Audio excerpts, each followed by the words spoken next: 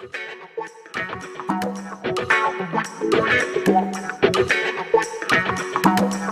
me babbers, welcome back. I'm Bristolian Dave, this is my YouTube channel, and today I have a new series. So this series is going to be all about my favourites. I'm going to call it Top 5, although there are some rules we'll go over in a minute. And yeah, I thought I'd kick it off, seeing as it's October, Halloween, recording this on the 30th, so I'm feeling very spooky. Not sure what that means. We're going to go through top 5 favourite horror franchises. So here's the rules for my top 5s. So the top 5s are in no particular order. Number 1 could be top, number 5 could be top. You don't know, they're just 5 of my favourites. As such, 5 of my favourites. I do have more, so be prepared for a part 2, maybe 3 of some of these categories, you never know. These lists are not definitive, and they will change over time, so do expect that. And just remember, guys, I do have shit taste, so feel free to leave a comment below. My first choice in my top 5 horror series, this will have to go to Evil Dead. So this is the Evil Dead trilogy. Love it, absolutely love it. The first one is pretty much out and out horror, and then they add the comedy into the second one, and the third one's pretty much more of a comedy horror than a horror. But that's cool because they all work extremely well. It did launch Ash vs. the Evil Dead as well, a series with Bruce Campbell, and Sam Raimi did a great job with these. Absolutely fantastic. If you haven't seen it, definitely watch it. Evil Dead trilogy. And I'll also include in that the Evil Dead remake, reboot. Very, very good film. This is out and out horror, and yeah, fantastic. I highly recommend it. But definitely watch the original Evil Deads first, and then jump onto this one after. Next up on the top 5, we have Friday the 13th. No top 5 would be complete without Friday the 13th, at least in my eyes. Are all the movies fantastic? No. But overall as a series, it's bloody entertaining. So this revolves around the spirit of Jason, who wears a hockey mask, as you see, terrorizing people from Camp Crystal Lake. Very, very good film. It relies more, I'd say, on its jump scares than it does its gore, which is great. I enjoyed that, and this is the 8-film box set, and I do also have the Friday the 13th. Shit, who was this? Who directed this? I can't remember, but I enjoyed this as well. So, both of them. Definitely check out Friday the 13th if you haven't already. So, we talked about Jason. So, next up on the top 5 has to be none other than our boy, Freddy Krueger. Freddy Krueger was one of my first intros to horror when I was a kid. Yes, I was about 12, I think, when I watched the first Nightmare on Elm Street. Scared the living shit out of me, especially the scene with Johnny Depp. And the bath scene as well. And I don't like taking baths. I take showers now because I don't want no Freddy Krueger claw coming out. At least when I was a kid. I could do it with a real bath now. That'd be nice, you know, bath bomb and all that shit.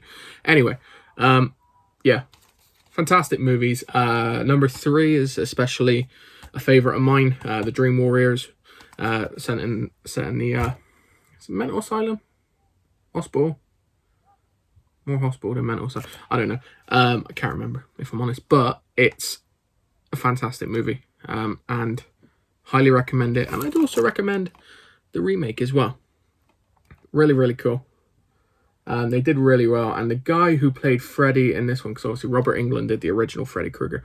Who was the guy who did it in this? It was Kyle Goner, maybe? No? I don't know.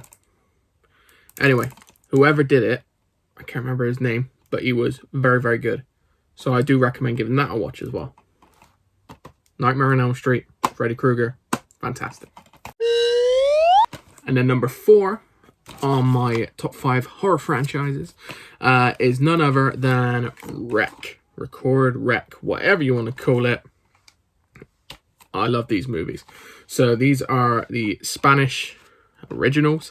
We did get an Americanized remake, which, to be fair, on a scale of Americanized remakes, wasn't too bad. It was called Quarantine. it's actually alright. But it's fantastic. So Wreck is set in an apartment building, and some sort of virus illness seems to take over the residents while being filmed by a interview crew. And yeah, shit goes from bad to worse. It scared the shit out of me. It's a great film. Rec 2 provides a different viewing of it, so from a different angle. Really good. Rec Genesis is at a wedding, I believe. So the same sort of thing happens, but at a wedding. And then Rec Apocalypse is on a boat. Yeah. So the last two, they're alright. They're decent. They're decent. But the first two are fantastic. So I highly recommend, if you're looking for a horror series, and you don't mind reading subtitles, definitely check out Rec. And last but certainly not least, this one I might get a little bit stick for. Very low budget movies, and that is the Paranormal Activity movies. Now, this first one, again, scared the shit out of me because I don't like messing with anything to do with ghosts, spirits, creatures, because you don't know one way or another. No one does, and I'm not getting involved in that shit. I'd rather leave it alone and it leave me alone and we keep it that way. So, it scared the crap out of me. And like I said, they're very low budget. Literally someone, I think, made this on practically nothing. It was done with like a handheld camera. Really, really, really good. And then obviously you got number 2. It spawned the second one. Again, I really liked it. Number 3, with kids. Fucking kids in horror movies creep me the hell out. So, yeah, that one. And we got number 4, more kids. I mean, this is, look, technology, see? This is the thing, if I'm recording this now, someone appears behind me, that scared a little fuck out of me, see? No. But it was a great watch. The marked ones, and the Ghost Dimension. But I will add, I haven't seen the most recent one, so I do need to watch that. But up to now, really, really enjoyed this franchise. I will be getting the new one if it gets a release. I think it's on, is it Paramount Plus? I think. So hopefully it gets a Blu-ray release in the UK. If not, I'll import it if it gets one in the US or wherever. But we'll have to see. So guys, that is my top 5 horror franchises. So, like I said, if you're not sure about any of these, definitely check them out. They're worth it. I love them all. I'd recommend them all. Leave a comment down below. Let me know. What would you include in your top 5 horror franchises? Is there anything you think I should have included and maybe didn't?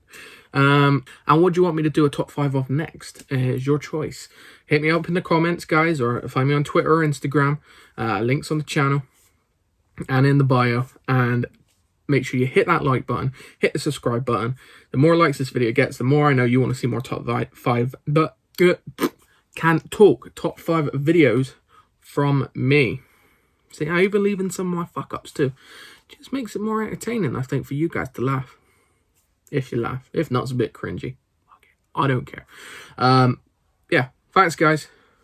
Once again, top 5 horror franchises. I'm Bristolian Dave, and you have been fabulous. Cheers, my babbers.